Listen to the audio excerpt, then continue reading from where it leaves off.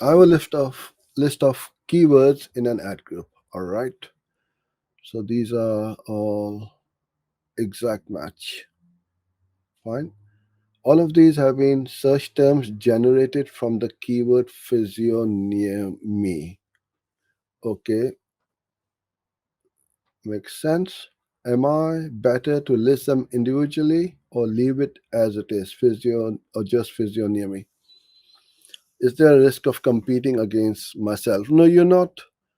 You're not competing against yourself. And nowadays, what you want to do is to have the theme of these keywords, uh, the ad groups, quietly, tightly themed. So you want the intent to be same or similar. So I can see good physio near me, physical therapy near me, physiotherapist near me, physios near me. Okay. So these are all near me type of keywords, which is fine.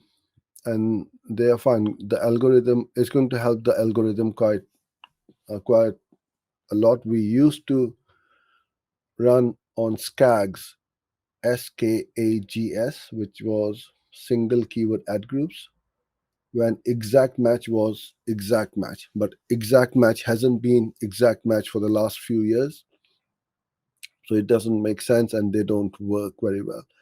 I would keep these the way you have got.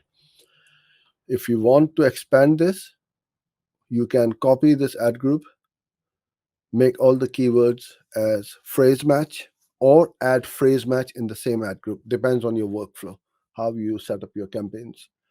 And to do that in something like Google Ads Editor is going to take you literally seconds.